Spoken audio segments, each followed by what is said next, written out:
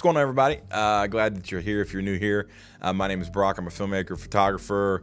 I've been doing this for probably around 8 years now. I like to make YouTube videos. I like to make short films. I like to create stories.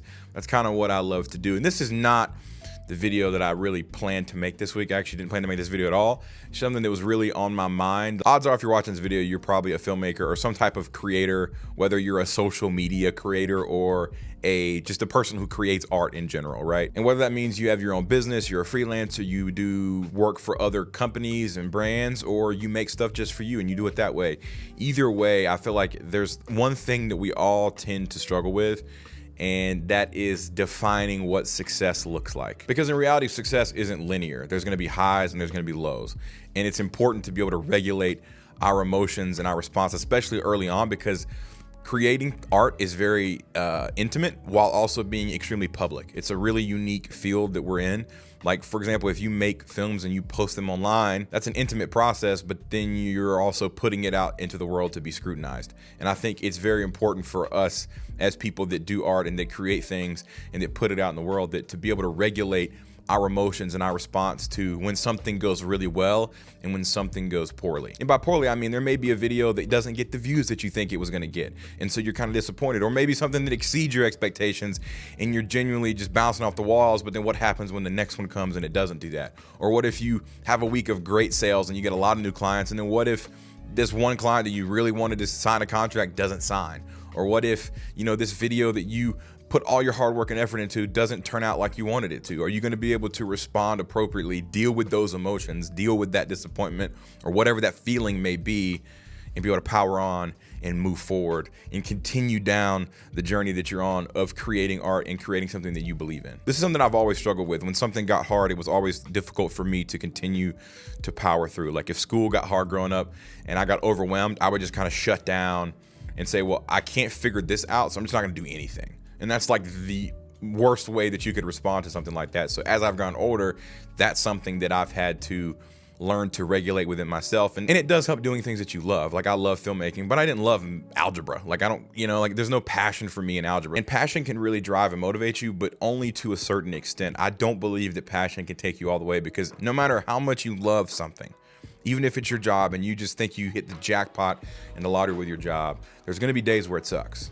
There's gonna be days where you don't wanna do it. And no matter how much you love it, that's just the way life is. We're human, we're not perfect, and we're gonna have days where we don't feel like getting out of bed, we don't feel like turning on that camera, we don't feel like doing that. And for whatever the motivating factor for that may be, whether it's, like I said, one of those low times where something didn't go as expected, it can be deflating and it can halt momentum. And I wanna make sure that for me, I regulate that within myself and not have extremely high expectations, but also not be pessimistic and assume that everything is gonna suck, because that's also not healthy. You need to live in a baseline and try to be as balanced and as level as possible. And none of that's within reason. Everybody has different chemical makeups within their brain that makes that easier or more difficult. I understand all that. This is not a medical conversation. This is just learning how to appropriately respond to the victories and the failures. And just to be clear, I'm fine. I'm not depressed or down and out or anything like that. I'm very comfortable right now. I just was thinking about this idea in me early on when I first started doing video stuff. Like you tend to look around at everybody else and, oh, that person got this job and this person got this and did that and was able to do this. And the saying that comparison is the thief of joy, as cheesy as it may sound, is extremely true. If you're always looking at everybody else, how do you have time to work on what you're doing? How do you have time to improve your craft? Like if you're busy looking at everybody else, of course you're gonna fall behind, but it's not because they're better. It's not because they have something that you don't have. It's because you're too busy looking at them. If you're looking at everybody else, you can't look at what you're doing and be able to power through. Like Lil Wayne said, real G's move in silence, right? Like that is a funny but true statement. And it's something that I do believe in. Like, don't talk about it, just do it. Don't always be the person that's saying, I'm gonna do this and this and this and this, and then never actually follows through and does it. No one wants to be that person. No one wants to be the person known as a lot of great ideas, but never really gets a lot done. And that's something I have to fight within myself, because people that are creatives tend to have ideas and these grand scale things. And I always have these visions of what I think a project will look like in my head. And then a lot of times I spend so much time thinking about what it will look like in a perfect world that I don't actually spend enough time on the craft and the preparation to make it actually happen. And that's one of my biggest weaknesses, is the preparation and getting caught up in the romanticized version in my mind of a project. And then when the shoot day arrives, I kind of get in there and I'm like, wait a minute, I haven't actually thought about the technical and how I'm actually gonna pull this off, or like, have I been working on my skill set to actually be able to get the shot that I see in my head? Like, these are all things that I think can slow us down and halt progress. I think we get caught up in what we see online that is deemed success, and we assume that if I'm not doing those things, then I'm not successful. And I just want to be clear that, to me, if you're making art and you're putting it out there, that's success.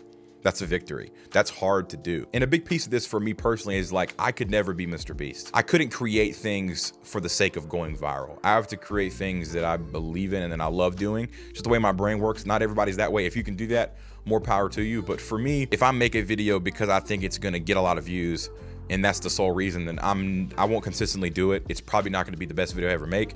And I just can't operate that way, me personally. So for what I do, I have to try to weave in things that I think will do well with the algorithm, but within the guardrails of my passions and what I want this channel to be and what I want to make. And that's going to lead me to probably not getting as many views as Mr. Beast. Obviously, most people don't, but I'm okay with that.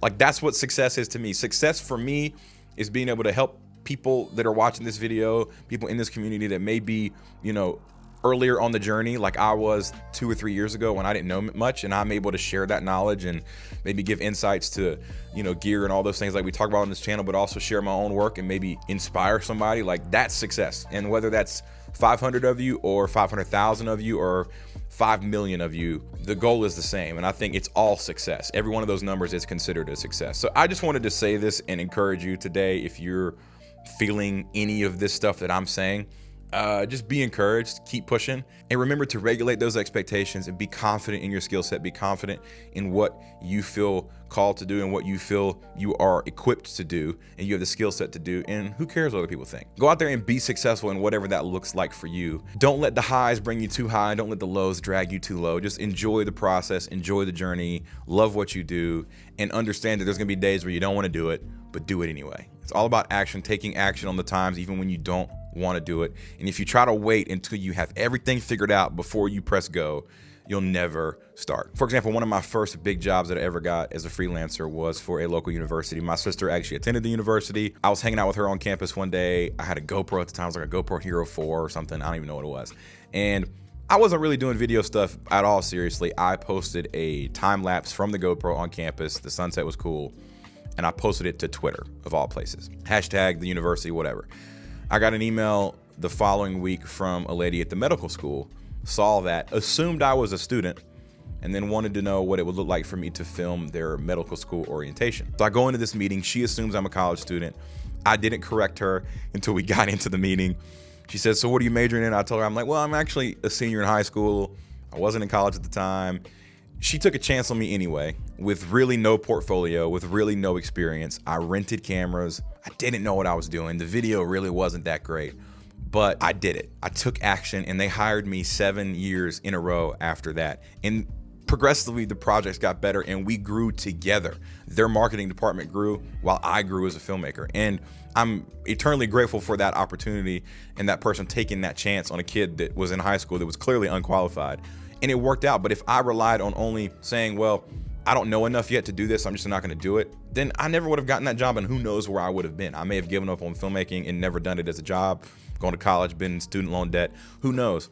And so I saw that to say, if you believe in yourself and you're confident and you're willing to learn and maybe even fail, then that's more valuable than trying to sit and gather all the pieces first and then go, because you'll be paralyzed by making decisions. And I think it's important to be confident, be decisive, because I do think when you just go and do and you're willing to take the risk and potentially even fail, it's a better learning experience than it would be if you just sat back and never did anything because you're scared to take that step. So that's my rant for today. I just felt compelled to come on here and make this video. I know this is not probably what you expected to see from me, but I hope it helps you, maybe even encourages you a little bit. There's something that's been on my mind. And don't worry, I do have all the other videos I have planned coming out. I'm really excited. I have a project that I'm working on that I think is going to be really cool. I'm proud of it. So far, I'm still kind of in the shooting phase, but I have some behind the scenes of that project this week that will hopefully give you guys some insight on what it looks like to make a run and gun commercial for a brand and how I got some of these creative shots. I'm really excited about that, so be on the lookout for that. A lot of other exciting videos on the channel, including that commercial that will be out hopefully in the next couple weeks, so be on the lookout for that. In shameless plug moment, if you didn't know, I do have C-Log 2 and C-Log 3 LUT packs, along with some finishing LUTs and a free audio workflow guide